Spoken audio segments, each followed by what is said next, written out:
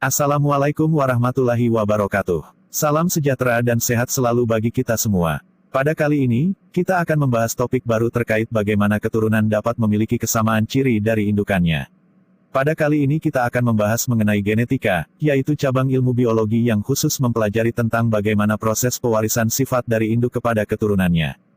Genetika diambil dari kata dasar gen, yaitu fragmentasi dari rantai DNA yang memiliki jarak-jarak atau panjang tertentu pada rantai tersebut. Potongan DNA inilah yang nantinya akan mengkode protein tertentu yang mencirikan karakteristik dan pengaturan tertentu pada tubuh makhluk hidup. Pada semua organisme termasuk manusia, ada hubungan yang erat antara anak keturunan dan induknya. Hubungan ini tampak dalam sifat-sifat yang diturunkan dari induk orang tua ke anak-anaknya. Penurunan atau pewarisan sifat terjadi melalui proses fertilisasi antara gamet jantan dan gamet betina. Masing-masing gamet yang membawa sifat kedua induk akan disatukan dalam zigot. Oleh karena itu, sifat kedua induk akan menurun kepada anaknya. Penurunan sifat induk kepada anaknya melalui gen disebut hereditas. Mekanisme hereditas ini mengikuti aturan-aturan tertentu yang disebut pola-pola hereditas. Tokoh penting yang berpengaruh terhadap perkembangan pewarisan sifat adalah Gregor Johann Mendel. Berdasarkan teori-teori yang dikemukakannya, Mendel kemudian dikenal sebagai Bapak Genetika. Menurut Mendel, suatu sifat dapat muncul pada satu generasi, namun dapat menghilang pada generasi berikutnya. Mendel meyakini ada faktor pembawa sifat yang dapat diturunkan dari induk kepada keturunannya. Genetika, kata serapan dari bahasa Belanda, genetika adaptasi dari bahasa Inggris, genetics, dibentuk dari kata bahasa Yunani, geno yang berarti melahirkan adalah cabang biologi yang mempelajari pewarisan sifat pada organisme maupun suborganisme, seperti virus dan prion. Secara singkat dapat juga dikatakan bahwa genetika adalah ilmu tentang gen dan segala aspeknya. Istilah genetika diperkenalkan oleh William Bateson pada suatu surat pribadi kepada Adam Chadwick dan ia menggunakannya pada konferensi internasional tentang genetika ketiga pada tahun 1906. Istilah-istilah dalam bidang genetika yang harus dipahami sebelum kita memasuki materi pewarisan sifat antara lain, 1. Genetika adalah cabang ilmu biologi yang secara khusus mempelajari tentang pewarisan sifat. 2. Gen adalah fragmentasi dengan jarak tertentu pada DNA yang mengkode karakteristik atau sifat tertentu dari makhluk hidup. 3. Alel adalah pasangan gen, baik yang komplemen ataupun tidak. 4.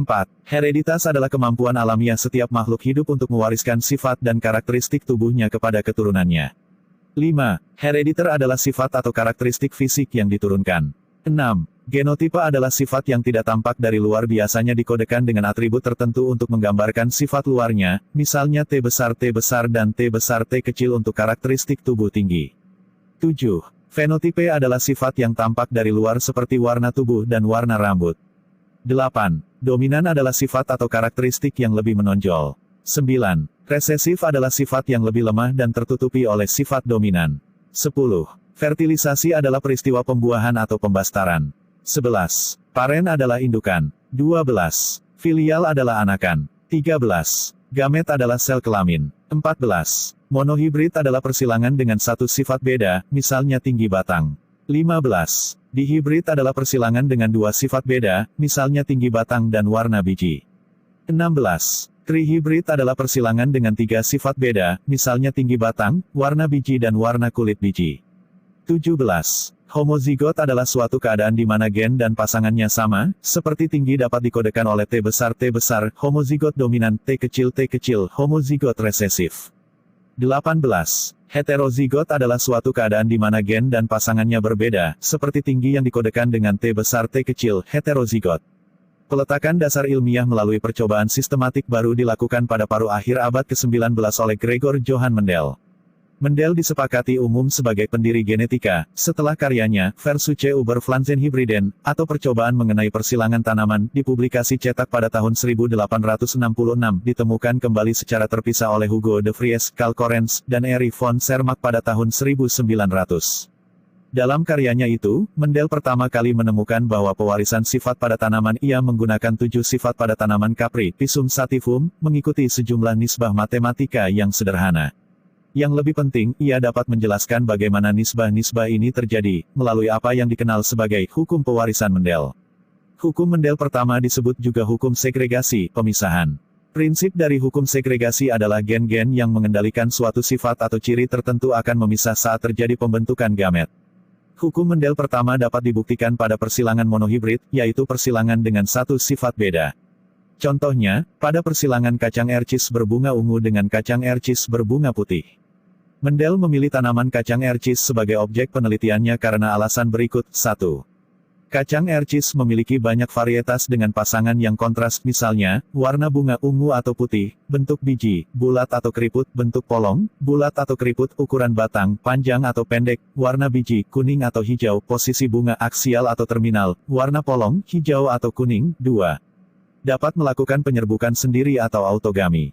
3. Mudah dilakukan penyerbukan silang. 4.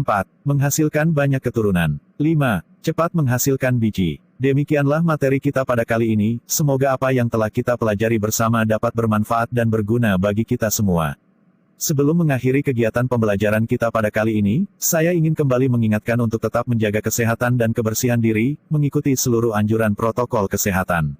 Mengurangi keluar rumah kecuali untuk keperluan penting dan mendesak. Tetap jaga jarak aman dan gunakan masker. Selalu mencuci tangan dengan sabun sebelum dan sesudah memegang sesuatu. Semoga pelajaran kita pada hari ini menjadi sesuatu yang berkah dan ilmu yang bermanfaat bagi kita semua. Akhirul kalam wabillahi taufik wal hidayah. Assalamualaikum warahmatullahi wabarakatuh.